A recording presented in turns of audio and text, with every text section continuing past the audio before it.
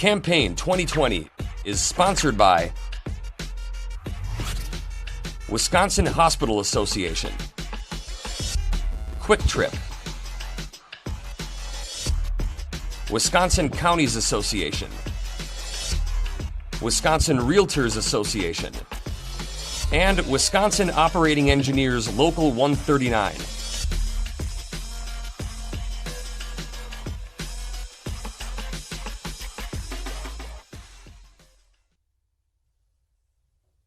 State Senate Majority Leader Scott Fitzgerald of Juneau is a Republican running for the 5th Congressional District. The election is November 5th. Senator, thanks for joining WisconsinEye. You bet. Glad I could be with you guys today. When I look at your campaign website, it seems like one of your real issues here is this is an election about law and order versus socialism. Can you elaborate on that, sir? Yeah, I think that's been developing over the last month or so as we see just different spark ups throughout the nation, and obviously with Kenosha being at the forefront.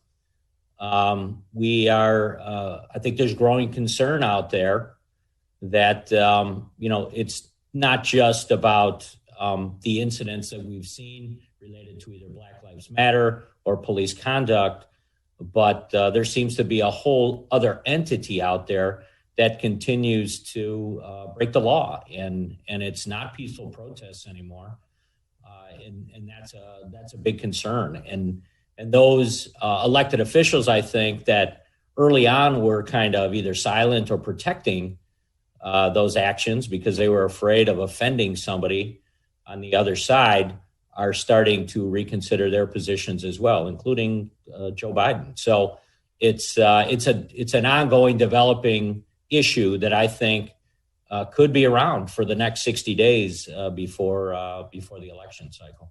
There seems to be violence on both sides, Senator. Protesters then sometimes get into looting, and then self-styled militia come bringing weapons, saying we want to protect property. Is this a dangerous trend, sir? I would say that each situation seems unique, but I will say that I think the elected officials that oversee those situations can have a huge impact on which direction they go, and as a result of that, what you're seeing in an example like Portland has become a much different situation than what you've seen in Kenosha, where finally the governor was willing to allow the federal government to step in, and the president was more than willing to provide the resources to completely squelch Kenosha in a one-day period. So in Portland continues to burn each and every night. So there's a lot at stake, and I think elected officials certainly have a great deal of input into which direction that heads. President Trump has said the social justice activists, he sometimes calls them terrorists, whose protests have led to the removal of statues statues throughout the country, want to erase the nation's history. Do you agree with that, Senator? Yeah, it's disappointing and frustrating, I think, when you see these incidents pop up where they're not peaceful protests. They are looters. They are those that are breaking the law, and they extend that. They feel that they can extend that to things that have historical perspective. The statue of Hans Christian Haig on the square in Madison, a statue that I've walked by for over 25 years, to see that suddenly torn down, and the response is, we're just going to tear down anything we don't agree with, makes no sense. It makes no sense. It means that there's no context, that certainly these people did not care to even look in the background of what that represented. And I think there's many other situations like that. The most recent is defacing the law enforcement memorial on the square. So it's something that obviously extends way beyond Wisconsin into other states and in southern states where there might be a little bit different take on those things. But there's a very civil process for dealing with those situations, and it is utilizing the elected officials that have been put in those positions by the people to deal with these situations, and that has happened and has been utilized in some instances, and as that's the responsible way to deal with this, not by looting and tearing down things of historical nature. There have been calls nationally for policing reforms. Is there any national policing reforms you think are justified, sir? Yeah, I guess I wouldn't break it down based on national or state. And I'll just tell you, I think a lot of people are well aware of what's going on in the state of Wisconsin right now because we've been at the forefront. And Kenosha has been on the evening news for about a week now. That here in Wisconsin, I have a very astute and cherished member of my own caucus, State Senator Van Wanggaard, who's a 30-year police officer in Racine. He's been working on reforms for police and extended that to, reforms for police and fire commissions and many other different areas of how local citizens should expect their police to interact with them. So this is not a new issue necessarily. It's something, though, that has been around and has been given a lot of thought. And you have to be methodical.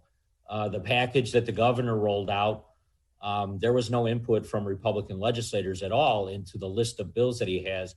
But Steve, I think we're up to about 25, 26 bills that could ultimately end up in a package. You've got the speaker that has created a task force now that can vet these bills, can amend these bills, can start from scratch if they want, and then bring those to the caucuses so we can work through them and figure out exactly what makes sense. And you would hope it's the type of issue that ultimately would be bipartisan, that everyone would agree this is how we want. And let me expand it to not just police departments, but also fire and EMTs, as we see all of these professionals have to interact with some of these very difficult situations that have existed for law enforcement, especially in recent years in these high-profile cases, as some of these incidents are videotaped. Well, I did a Newsmakers interview with Senator Van Wanggaard yesterday, and we talked about some of his specific bills. His timeline is he hopes to have a consensus by the spring session. Is there any chance there'll be votes on some of these bills before the start of the year, Senator? I would be surprised if the legislature reconvened prior to the elections, but I have talked to the speaker about possibly getting together in November to deal with some of those issues. Whether or not that'll materialize, I think depends on a lot of different factors and just what would the makeup of the legislature be going into January. So I wouldn't rule it out. To take it a step further, the Senate still has about 120 bills that were passed by the Assembly back in February that we haven't acted on because that package included about $130 million in spending. So that kind of, we pumped the brakes on that, knowing that we had no idea where the fiscal state of Wisconsin would be. We're hearing good things now, but I digress. We go back to that package, and that is something that could be tackled sometime in November. So you see things like the clean water bills that the Assembly sent the Senate potentially getting acted on after the November 3 election, sir? Yeah, I wouldn't rule any of that out. I think it's all viable. All we need is agreement between the houses to once again convene an extraordinary session. And maybe if some of these bills are ready to go by then, you could tackle them. You could do some of the stuff I think that maybe Van already knows he's got support for in the caucus or over in the Assembly. So I wouldn't rule it out. Thanks. Let's go back to national issues since you're seeking the U.S. House seat. What should be in the next COVID-19 package that Washington passes, sir? I'm not convinced they're going to get there, to be quite honest. And I understand why you say that, yes. Yeah, it doesn't look very promising right now. I think it is caught up in political wrangling. The one thing I would say is what I'm hearing on the street is that the Paycheck Protection Plan, the PPP, is something that's been very well received. It has absolutely saved some businesses that otherwise would have gone under and allowed them at least a lifeline to kind of bridge the gap between complete shutdown to being able to keep employees on board in a minimal way to make sure that the business survived. So I would hope if they ever get there, that PPP would absolutely be part of that. I know there's other kind of concepts out there on things like unemployment and the increase there that is being debated. But, for the most part, I'm still, I find myself not being optimistic that they're going to be able to accomplish this every day that ticks off the calendar as we get closer to the election. Well, what about the idea that the House Democrats would like to, U.S. House Democrats would like to continue the 600 weekly stipend, but there's different numbers out there, 600, 400, 300. Now Wisconsin, the FEMA has agreed to let Wisconsin apply for the 300. Do you have a number out there? Well, first of all, should additional federal unemployment benefits be approved? And if so, what amount and how long, sir? I think the frustrating thing for myself is that when I look back at the debate that happened in and around the CARES Act, this was something that was identified by Senator Ben Sasse as unacceptable, that if you throw an additional $600 on top of what the states already were doing with unemployment insurance, that it absolutely was going to create this situation where, I'm not even criticizing those people that don't go back to work, but if they're making $52,000 a year, and previously they were at $35,000 a year, it's very easy to see why somebody would say, I'm going to kind of ride this out as long as I can, and then my job will probably still be there when the benefits run out. So what a mistake. And Senator Sasse actually offered an amendment that was debated between himself and Senator Durkin from Illinois, and he failed. The amendment failed. So here we sit with kind of this huge mess. Now, I will say, as long as, and we don't know if we're there yet in Wisconsin because there's been such a mess in trying to make sure that these benefits get out the door. And I will place blame at Governor Evers and Secretary Frostman. I think that it has not been managed well. I understand it was a complete kind of catastrophe in the amount of claims that rolled in, but I still think we're far enough away from those original days that this should have been handled better. But if you're still able to make sure that the $400 are there, I don't know what they'll arrive at, but it should not be anything near the $600 that was originally part of that package.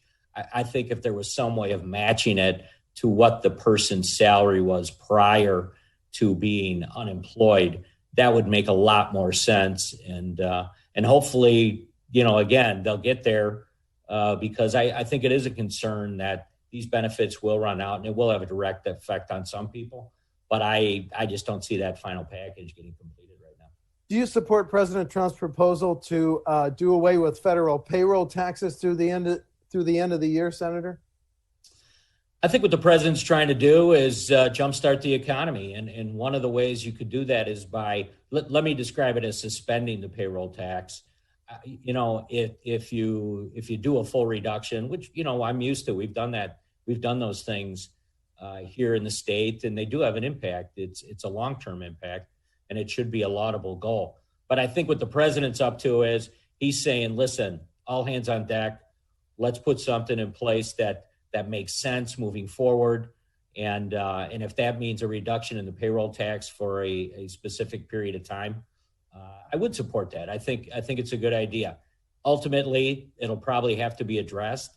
And I don't think you're going to be able to go back and get those dollars back at a later date. I think that would be very difficult, if not impossible. So you've got to know what the numbers are before you would, in fact, articulate that down to, okay, this is what, is it a full reduction or suspension, or what would it look like? And I guess I don't have enough information to really say what that number should be. Democrats like Ron Kine, who I interviewed today, say if you suspend the federal payroll tax, you're jeopardizing the fiscal, you're jeopardizing, putting at risk Social Security. And do you have any response to that? Yeah, no, I don't. I disagree with Congressman Kind on that provision. Again, I think suspending it for a period of time is what the president's talking about. And, what that might be, whether it be 2 months, 3 months, whatever it may be, it would be an immediate injection of more cash into the economy, which needs to continue to be happening, I think, throughout this entire crisis until we figure out exactly where we're at.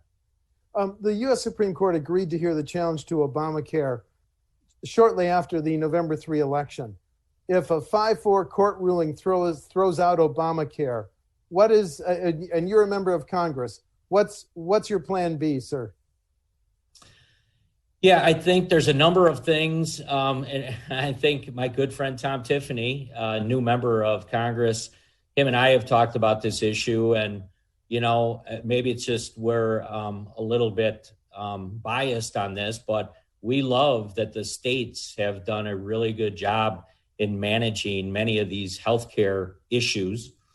And I think if the federal government would continue to defer to the states, we would have a lot less problems specifically on this issue. There's a number of things that we have done here in Wisconsin just as of late that I think makes sense and once again injects some competitiveness into the system that otherwise doesn't exist if you go to universal care or one-payer care at the federal level. Primary care is one of the bills that we just did that allows people to not only select where they get their health care from, but actually can specifically subscribe to a service that allows them to see a doc whenever they need it. If they have an ear infection or the kids have an issue with something that's not so serious that they necessarily need to be in the ER, Wisconsinites can tap into that type of system and utilize it. Something that Governor Evers had vetoed, but I like the policy. Democrats in the Senate voted for it and supported it. Health savings accounts.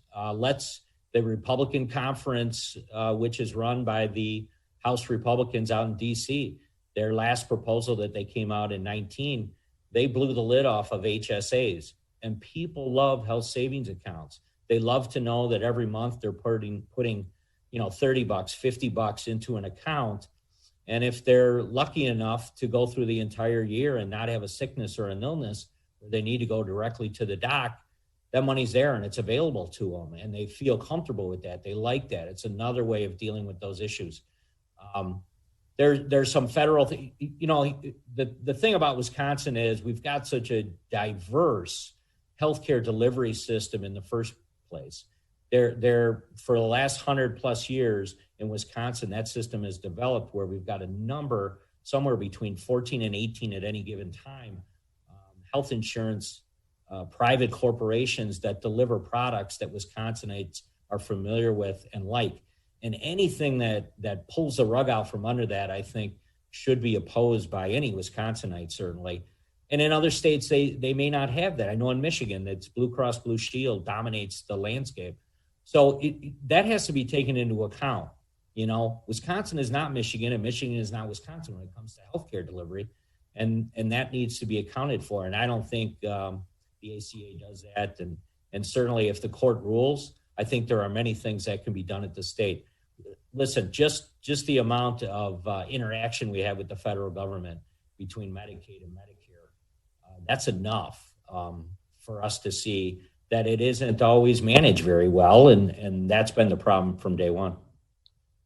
Today's headline, the new federal deficit, an additional 3.3 trillion with a T. The possibility is raising our federal debt from 23 trillion to about 27.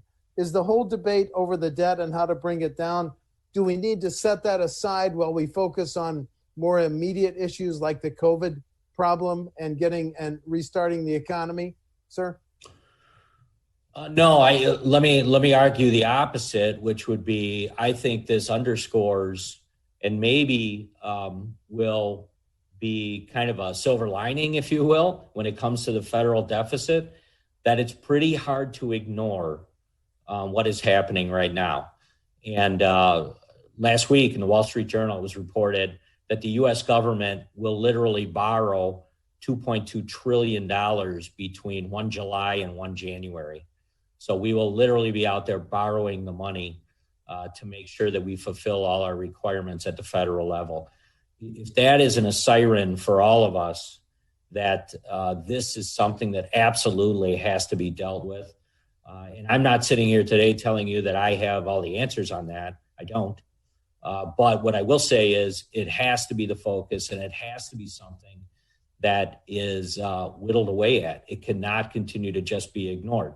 Now, I get it. We're in something that we haven't seen in 100 years, and a pandemic, I think back in March, scared everyone, not knowing exactly what it would be or how it would impact our families and friends. We have a better handle on it now. But I think it's another reason why this last COVID package is having some trouble getting through. People are starting to recognize that, listen, you can't just continue to borrow money and hope to not address it down the road. It is a big concern, and I think will continue to be a big concern. It's the number one issue when I'm talking to people in the 5th Congressional. It was a big issue before, but in context of COVID and the amount of money it's costing for these packages, it started to really take on its own kind of life here, and it is a topic of discussion that I've been involved in numerous times. Okay, just a couple more questions because I do want to respect your time. The whole debate over the Postal Service and whether they can get absentee ballots to the polls. Are you satisfied that Wisconsin voters who use absentee ballots, their ballots will arrive on time and won't be held up by the Postal Service, Senator? No, I'm not satisfied by any means. I mean, I'm very concerned about what happened in Wisconsin on April 7th. I'm very concerned about the conduct of what happened in a couple of our communities, Milwaukee and Green Bay, and the way that the clerks handled that election. I think that there were a number of polling places that were specifically closed, not just because they couldn't find enough people to work the polls, because they wanted to make sure that they made a point that they didn't think that there should have been an election held on that day, which is outrageous. And there's no way of proving that, but I still believe in my heart that that was the motivation on that day. Now, moving forward, there seems to be a willingness to once again kind of work to make sure the election goes off without a hitch. But there are some major concerns. And when the president raises this issue, he has gone further now in making a distinction between absentee ballot applications being mailed out to people and actual ballots themselves. But Senator Dan Fine being contacted by a constituent and a discovery that there were absentee ballots sitting in a bin in excess of a couple thousand that were never counted on that April 7th election. It's unacceptable. It's outrageous. It's unacceptable. And we really don't know who's to blame. We don't know if it's the U.S. Postal Service. But even under the best of conditions right now, we know that the USPS sometimes is unable to kind of keep up with the demands. So I do still have concerns. I think I'll have concerns right up to the last day. Many of the elected officials, including myself, that are up for election or re-election, are reaching out to constituents even earlier saying, if you are going to vote early, whether it's in person or if you're filling out that ballot that you originally requested, maybe back in April when you checked the box on the Elections Commission website, you got to get that in, and you got to mail it in now, because you've got to absolutely make sure that there's enough time for that ballot to get in and get counted. So, no, I on both sides of the aisle, I think if you're an elected official, you should be concerned. You should be concerned about it. And certainly the Elections Commission, we're expecting that they kind of bird dog this thing all the way up to November 3rd. Immigration reform has kind of been put on the back burner. What do you tell DACA young adults who were brought here as children? What's your, when they ask you, what do you tell them, sir? Well, the first thing is let's go back and I guess just on the overall immigration issue. I mean, physical security is still paramount. If we don't make sure that there is some type of control at the border, we're never going to solve the issue. And if you're a child of DACA that is here under an executive order signed by President Obama and have been living in the society and maybe going to school in the society and work, those individuals need to be handled by DHS and they need to work with those individuals to reunite them with families back in their country of origin. It shouldn't, I know it's a difficult issue and a difficult process, but I think a Congress, the next Congress possibly could go in there and rescind or come up with something, because there has been a complete failure for Congress to deal with this issue. So there's a lot of blame to go around, whether it's President Obama signing the DACA originally without the support of Congress or Congress not taking action on immigration. There's a lot of blame to go around, but there is nothing that could subvert the security that we all need to maintain kind of the borders of this country unless we deal with the immigration issue. And Congress has failed to do that up until this point. Do we still need the border wall that President Trump has campaigned to build?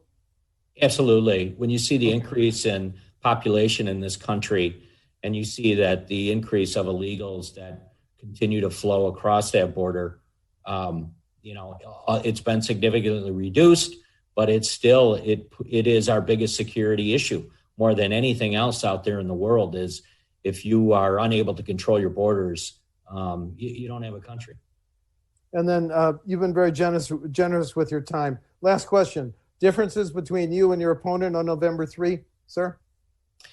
Yeah, I don't know Tom personally. I've never met him, but it seems to me that a lot of the issues that he has been talking about, kind of, he's aligned himself with, which I think where a lot of people are in the Democrat Party. So I would suspect that on the issues we would defer, just like two candidates were on opposite sides of the aisle. The one thing I would say about myself is I like to talk about my experience and the years that I did spend in the legislature. And when it comes to Congress, it would be that there is a lot of dovetailing that does go on between the federal government and state government. Oftentimes we're forced to go hat in hand out to DC and ask for waivers, federal waivers. And certainly there's a lot of federal money that flows into the state budgets as well. So I feel like I have an overall kind of perspective on both state and federal government that I bring to the table. And I think that would be very useful out in DC. So I'm running, and that's one of the things I'm talking about when I'm running. State Senate Majority Leader Scott Fitzgerald is a Republican from Juneau. He's a candidate in the 5th Congressional District. The election is November 3. Senator, thanks so much for talking to WisconsinEye. Thanks, Steve. I appreciate it. Thank you. Good to see you, sir. Thank you. Thank you. Campaign 2020 is sponsored by Wisconsin Hospital Association, Quick Trip, Wisconsin Counties Association, Wisconsin Realtors Association, and Wisconsin Operating Engineers Local 139.